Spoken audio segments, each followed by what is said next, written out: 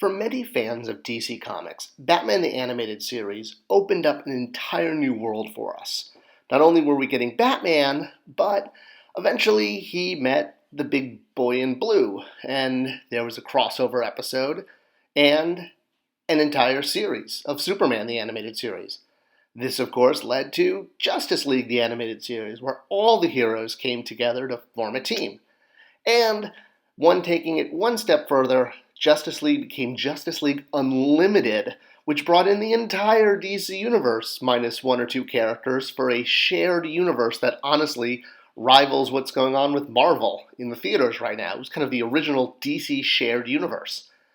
With all the characters that were part of this, there was one that was missing, one kind of MIA major character, and that was Green Lantern Hal Jordan. Now, don't get me wrong, there were a lot of Green Lanterns in the DC animated universe, or the Timverse, after Bruce Timm, but the main Green Lantern was Jon Stewart, not to be confused with the host of The Daily Show. Jon Stewart made it into the show as the main Green Lantern, both in Justice League and Justice League Unlimited. Well, one, for, a little bit of diversity, and two, because at the time of the show, Hal Jordan was dead. Hal Jordan had died in the comics, and I don't need to go into the whole thing here. There's plenty of YouTube videos about it, but let's just say it involved a giant yellow monster. And, of course, like all comic book characters, Hal Jordan as Green Lantern eventually did come back during Green Lantern Rebirth. Again, I won't go into the whole story here. Let's just say it involves a green ghost. And, well, most superheroes come back. Just look at Bucky. For decades, he was always the gold standard of a superhero that stays dead. But hey, one Winter Soldier in the Falcon franchise later, and it's probably good that he came back. Alright, so back to the DC Animated Universe, or Timverse. So Jon Stewart, who is our main Green Lantern, he gets two looks in the show, both with hair and then later bald with a goatee when he breaks up with Hawkgirl. It's a long story, but it's a really cool story. And he makes great action figures. In fact, any Green Lantern makes great action figures because the character is very toyetic, especially in the sense that they can create anything they need, which means any accessory. In fact, one of my favorite Green Lantern toys of all time is the second release Jon Stewart that came with a sort of a green case you could put around him to simulate the energy. And, of course, we did him throughout the line, both in his bald look and his with hair look, and we did other Green Lanterns because Jon Stewart was not the only Green Lantern. There were other characters. You would visit Oa, and we would get to meet, Kilowog and Tomar Ray, and there was even this cool pack with Shiera, Hawkgirl, and Green Lantern about their kind of relationship that almost never made it out. But that's a whole other story to itself about how this pack came out. We'll get into that in another video. But, as I said, Jon Stewart had no shortage of repaints and reissues. He had dark green, he had light green. Heck, we even did a repaint of him in his 1980s version of his outfit where he had the white gloves. That very much makes him look like that space cop. There's something about those white gloves. And he was not the only major Green Lantern on the show. I guess next up would probably be Kyle Rayner. Well, maybe Kilowog as far as screen time, but Kyle was first introduced on Superman the Animated Series, and it looked like he was going to be the main DCU animated Green Lantern until the show was rebooted as Justice League and Jon Stewart took his place. So while we got Kyle and Jon, we never got Guy Gardner, but I don't know how many people are crying over him not being in the animated series. Hal, on the other hand, never got to be part of it. He did get references like Kyle Rayner when he's fighting in Superman the Animated Series. You see Hal's plane behind him. And, okay, well, I lied. Hal Jordan did make a tiny cameo in a time travel episode where, due to time travel, Jon Stewart is momentarily, and I mean like for 30 seconds, replaced by Hal Jordan. But then he's quickly turned back into Jon Stewart. So Hal Jordan showed up in the show for, literally 30 seconds in one episode. So with his appearance in the show and being so toyetic and so popular, even though he was dead in the comics, why did we never get a Hal Jordan action figure? Well, we kinda did. And by kinda, I mean Mattel did produce one, but they never sold one. So here it is. This is the Hal Jordan holiday figure from 2005 that was distributed by Mattel internally. And by internally, I mean it was only given to employees and our licensor partners at Warner Brothers. Every unit was signed by Bruce Timm on the back there in silver ink with a little holiday message. So what is up with this figure, and why is it that it was never distributed to the masses? Well, that's because it was kind of a super secret project. And Jeff Walker, who was the vice president of the Boys Action Group at the time, he later moved on to Hot Wheels before going to Mattel International. Well, he was in charge of working with Warner Brothers on, well, something special.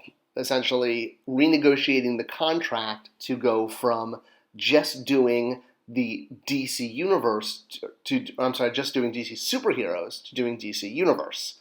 And why was this special? Well, we were in the middle of, or they were, I should say, in the middle of contract renegotiations with Warner Brothers to open up that contract. Previously, Mattel could only make characters from the Superman and Batman series, or families.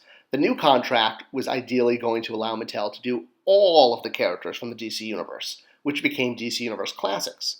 So Jeff got the idea that if he did a special toy for Warner Brothers of a character that was not part of the Superman and Batman family, it could help, kind of grease the wheels and get Warner Brothers excited about the new contract and ideally get us Green Lantern characters.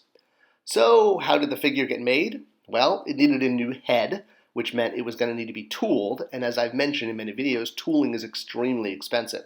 So the idea of making a tooled new head for a very small run seems a little crazy because, well, that's a lot of money to spend, and tooling is usually done with very thick metal so that it can hold up to the injection molding process, where hot liquid plastic is squirted into the mold. Well, there is another way of doing it. It's called on-demand manufacturing. But with this, you only get to do a few units before the tool essentially disintegrates. It's not good for a regular retail line. It's not going to last. But if you want to throw a few bucks at it, it will get you a couple hundred to maybe a couple thousand units. In the case of Hal Jordan, well, not as many. This was funded by non-media, which is the same fund that when I was a brand manager I would use for convention goodies or Masters of the Universe mini-comics. So it didn't come out of Mattel's development budget. It came out of a special marketing budget and was used as a gift for Warner Brothers as we entered negotiations to expand the contract. And as many units were made with the mold as possible until, as I said, it literally disintegrated, because it used a much lower quality of metal. It didn't use the regular type of tooling you would use for a retail line. And it disintegrated pretty fast. In fact, what I heard was the magic number was 123 before the mold fell apart. Now, I was lucky enough to get one of these because this guy here, Gabe Sheffer, who was the copywriter on the DC Superheroes line at the time, I was the copywriter on Hot Wheels and didn't work on DC, well, he knew what a huge fan I was of the JLU line, and he actually gave me his Hal Jordan. And that gives him the coolest person in the world award, because this toy meant the world to me to get this, because I'm such a huge JLU fan. So when I did become brand manager of Justice League in time, I tried to find a way to at least try to get Hal in the line, because we couldn't do him as a Green Lantern because of the Holiday figure. So we came up with the idea of doing a pack with Abin Sur, Hal, and Sinestro, and while you couldn't quite make that figure in the middle there, you could swap heads around and have Hal in his flight suit, or put Hal's head without a mask on Sinestro or Abin Sur's body to create both the vintage and modern look. And there were many, many fan bootlegs of this figure, if you will, or, fakes, because Mattel couldn't produce this because of the gift. Essentially, because it was done as a corporate gift, we were now not allowed to do him in the line.